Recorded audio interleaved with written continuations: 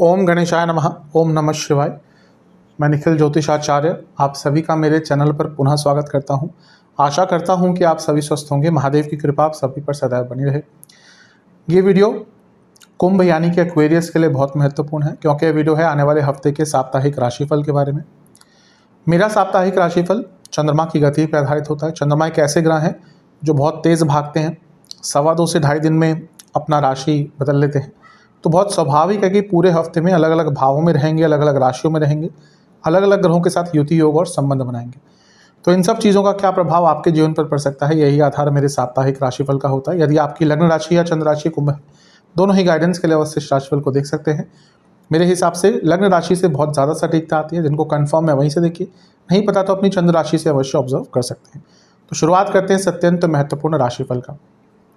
चंद्रमा 8 तारीख को आपके दूसरे घर में रहेंगे, यानी कि मीन राशि में, और 9 तारीख सुबह के 8 तक वहीं पर रहेंगे। चंद्रमा का वैसे दूसरे घर में आना अच्छा होता है, कोई बुरा नहीं होता।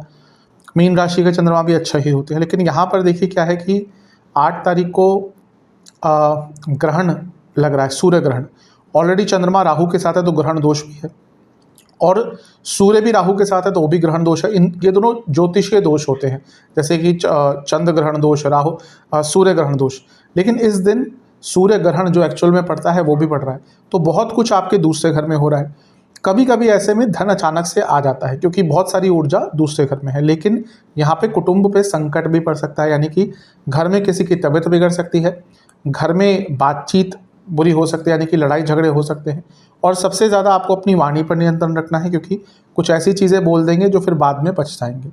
तो इस समय सेंसिटिव है। अवश्य जब इतना सब कुछ होता है तो चंद्रमा मन के कारक होते हैं, तो हमारे मन पर प्रभाव पड़ता है। और क्योंकि चंद्रमा कुटुंब स्थान में है तो कुछ ऐसा हो सकता है जिसके कारण कुटुंब में थोड़ी प्रॉब्लम्स आ जाए, यानी कि थोड़े वाद विवाद हो जाए। तो जितना, क्योंकि एक दिन का ही टाइम है, जितना यहाँ पर कम बोलेंगे उतना आपके लिए अच्छा रहेगा। चंद्रमा 6ठे घर के स्वामी हैं, अर्थ त्रिकोण में ही आ रहे हैं। कार्य क्षेत्र में प्रेशर बहुत रहेगा, वर्क प्रेशर काफ़ी रहेगा, लेकिन एक अनसर्टेनिटी का भाव भी रहेगा। जहाँ तक नवांशा की बात है, बहुत कन्फ्यूजन दिख रही है। दशांशा के हिसाब से जो लोग जॉब करते हैं, बहुत यहाँ पे एक अनिश्चितता का भाव, जैसे मैंने कहा, अपने ऊपर से भी ट्रस्ट थोड़े टाइम के लिए हट जाएगा।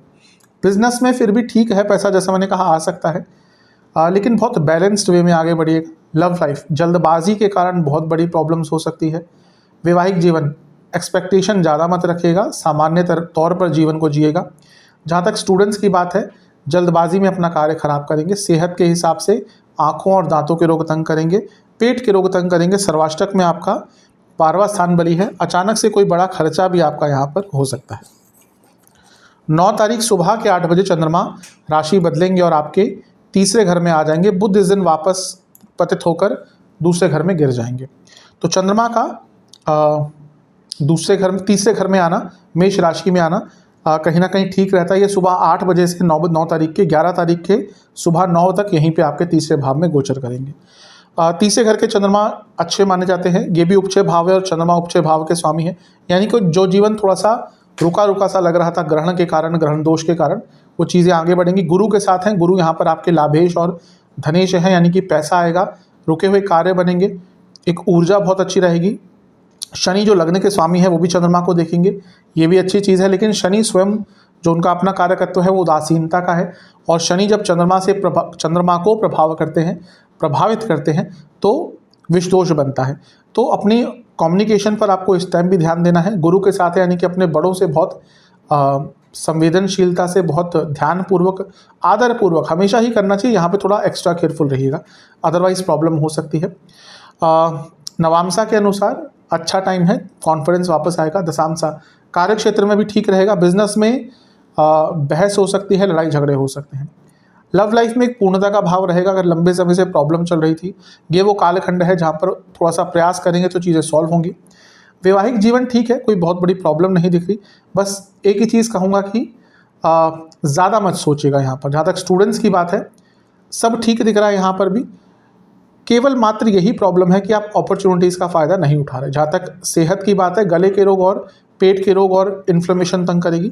सर्वाष्टक में आपका लग्न ही अत्यंत बली है, यानी कि इस टाइम पे कोई बहुत महत्वपूर्ण कार्य आपका पूरा हो सकता है। 11 तारीख सुबह के करीबन 9 बजे चंद्रमा अपना राशि परिवर्तन फिर से करेंगे और वो आपके चौथे भाव यानी कि वृषभ में आकर बैठ जाएंगे और 13 तारीख सुबह दिन के करीबन 1 बजे तक यहीं पर रहेंगे। चंद्रमा का चौथे भाव में आना कारको भावनाशय दोष उत्पन्न करता है।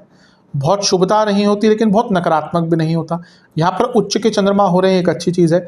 मंगल की दृष्टि है जो आपके लिए 10वें घर के स्वामी हैं, तो ये बता रहा है कार्य क्षेत्र में बिजी रहेंगे। मंगल शनि के साथ बैठे यानी कि शनि का प्रभाव भी है, तो ऊर्जा भी अच्छी रहेगी।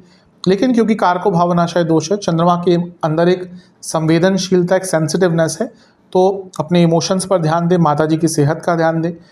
छोटी छोटी बातें आपको एकदम टची फील कराएंगे, यानी कि किसी ने कोई मजाक भी कर दिया यहाँ पर तो भी वो उस पर भी आप थोड़ा सा ऑफेंड हो सकते हैं, तो यहाँ पर थोड़ा सा ध्यान दें। छठे घर के स्वामी हैं यहाँ पे आ रहे हैं, यानी कि वही छोटी छोटी बातों पर घर पर बहस हो सकती है, तू मैं हो सकती है, तो इन सब चीज़ों पर ध्यान दीजिएगा। लेकिन चंद्रमा की दृष्टि 10वें घर पर, वो भी उच्च के चंद्रमा पर, यानी कि कार्य क्षेत्र में आपको चमकने का अवसर मिल सकता है, अच्छा कार्य करने का अवसर मिल सकता है। ये एक शुभता यहाँ पर दिख रही है। मंगल जब भी चंद्रमा पर प्रभाव डालते हैं तो चंद्रमंगल योग बनता है और वो धन के लिए अच्छा होता है। जो अपना काम करते हैं उनके लिए धन कमाने की उम्मीदें यहाँ पर बहुत बढ़ सकती हैं। जहाँ तक नवामसा की बात है, दिख रहा है कि घर में थोड़ी कलह कलेश हो सकते हैं। इवन जानने वाले लोगों के साथ भी, पड़ोसियों के साथ, रिश्तेदारों के साथ भी थोड़ा कलह कलेश हो सकता है। दशांशा कार्य क्षेत्र में बहुत अच्छा टाइम है, करियर में आगे बढ़ने का अवसर मिलेगा, स्पेशली फाइनेंस आदि से जुड़ा कुछ कार्य करते हैं तो। बिजनेस की जहाँ तक बात है, प्लानिंग का टाइम है, यहाँ पे बहुत अच्छे आइडियाज़, बहुत अच्छी प्लानिंग हो सकती है। जहाँ तक लव लाइफ की बात है, जल्दबाजी मत करिएगा। सब कुछ ठीक चल रहा होगा लेकिन जल्दबाजी में कुछ ऐसी चीज़ बोल देंगे जिसका नेगेटिव प्रभाव रहेगा।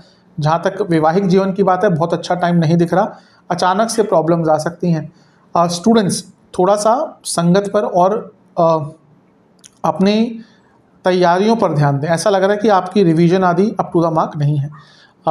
सेहत के अनुसार कफ रोग, छाती के रोग तंग करेंगे, ब्लड डिसऑर्डर्स तंग कर सकते हैं। सर्वाष्टक में आपका दूसरा घर बली है, ठीक है, धन प्राप्ति के लिए अच्छा है, बस थोड़ा सा अपनी संवेदनशीलता, अपने इमोशंस पर ध्यान दीजिएगा। 13 तारीख दिन के 1 बजे चंद्रमा आ जाएंगे आपके पंचम भाव में यानी कि मिथुन में, और इसी दिन सूर्य का राशि परिवर्तन भी हो जाएगा।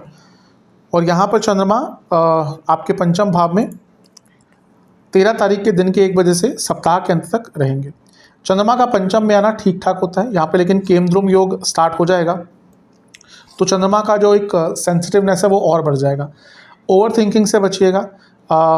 त्रिकोण में चंद्रमा से मंगल शनि है, यानी कि गुस्सा, फ्रस्ट्रेशन बहुत रहेगा, बहुत कुछ करना चाहेंगे लेकिन कर नहीं पाएंगे, उसके कारण प्रॉब्लम थोड़ी सी रहेगी। लग्न के स्वामी है शनि और उनसे भी पंचम में है, यानी कि आइडियाज़ आएंगे लेकिन आइडियाज़ और इम्प्लीमेंटेशन में बहुत ज़्यादा प्रॉब्लम, बहुत ज़्यादा फर्क यहाँ पर दिख रहा है। तो इन सब चीज़ों पर थोड़ा ध्यान देंगे तो आपके लिए अच्छा है। चंद्रमा मिथुन राशि में यानी कि बुध की राशि में, अपने आप थोड़ा कन्फ्यूज हो जाते हैं और केमद्रुम योग भी है, तो कोई बड़ा निर्णय मत लीजिएगा। कार्य क्षेत्र में भी थोड़ा सा आराम से आपको टाइम बिताना है। ओवरऑल ठीक ठाक समय है, लेकिन ओवर थिंकिंग अगर करना स्टार्ट कर दी तो वो प्रॉब्लम देगी आपको। जहाँ तक नवामसा की बात है, वही दिखा रहा है कि ओवर थिंकिंग के कारण बना बनाया कार्य खराब करेंगे। दशांशा कार्य क्षेत्र में यानी कि करियर में ठीक है, थोड़ा सा सेंसिटिव आप रहेंगे लेकिन कुछ अच्छा कार्य करने का मौका मिलेगा। बिजनेस ओवर एक्साइटमेंट तंग करेगी, समय अच्छा है लेकिन ओवर एक्साइटमेंट नहीं करनी। जहाँ तक लव लाइफ की बात है, गुस्सा दिख रहा है थोड़ा सा आपके साइड से, यहाँ पर अपनी डोमिनेंस साबित करने के लिए, दिखाने के लिए कि आप सुपीरियर हैं, प्रॉब्लम क्रिएट हो सकती है, तो थोड़ा सा कम अथॉरिटी दिखाने की कोशिश कीजिएगा। जहाँ तक वैवाहिक जीवन की बात है, सब ठीक दिख रहा है, कोई बड़ी प्रॉब्लम नहीं है, एक बैलेंस दिख रहा है। स्टूडेंट्स कॉन्फिडेंस वापस आ रहा है लेकिन अपनी तैयारियों पर यहाँ पे आपको अभी भी ध्यान देना पड़ेगा। ऐसा लग रहा है कि आपको लग रहा है कि सब कुछ आपको आ गया, लेकिन अभी भी आपकी प्रिपरेशन बिल्कुल भी अप टू द मार्क नहीं है, उस पर काम कीजिएगा। जहाँ तक सेहत की बात है, ब्लड डिसऑर्डर्स, बीपी की प्रॉब्लम तंग करेगी। सर्वाष्टक में आपका लाभ स्थान बली है, तो अचानक से कोई बड़ा लाभ आपको हफ्ते के अंत में हो सकता है। उपाय के स्वरूप में शनि चालीसा और भैरव चालीसा एक एक बार पाठ कीजिएगा। आशा करता हूँ कि वीडियो काम आएगा। चैनल पे नए हैं सब्सक्राइब कर लीजिए, वीडियो को लाइक कर लीजिए। अगली वीडियो में मिलूंगा, तब तक के लिए ओम नमः शिवाय।